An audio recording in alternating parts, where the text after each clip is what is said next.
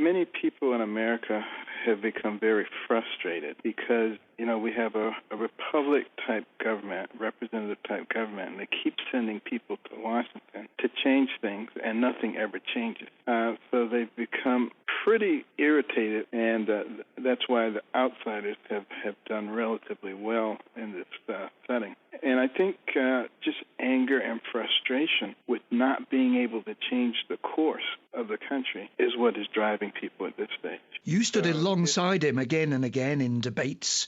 What was it like to stand alongside him? He wasn't always polite about you. Well, I recognize that in a political atmosphere, people do and say things. Politicians in general do what is politically expedient, not necessarily what is right. But you're now backing this man to be president who you say is doing what's expedient, not what's right. Because I look at what the consequences are of a brokered convention. If we have a brokered convention, millions of Americans will be disillusioned. They will abandon the political world altogether, go back into their shell, and we will end up with political parties controlling things as they always have. And that would be a pretty awful outcome. You've warned of the danger of this so-called brokered convention, in other words, a sort of party fix to block Mr. Trump.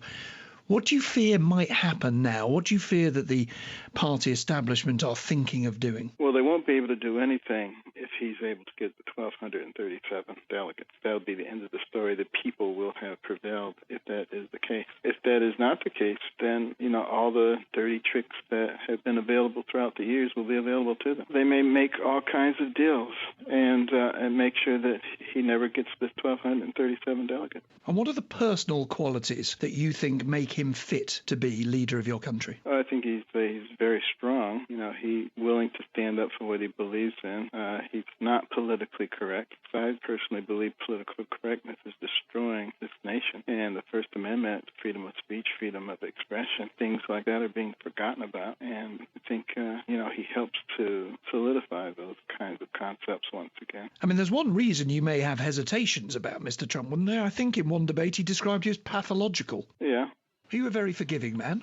Absolutely. In the heat of the political contest, when you get worried about people, if you're a traditional political type, you start attacking them. I understand that. I don't engage in that myself, but I understand why other people do. Not only did he say pathological, I think in the same paragraph he referred to paedophiles. I mean, it's an extraordinary statement to make against a colleague in his own party, wasn't it? Again, I completely understand it.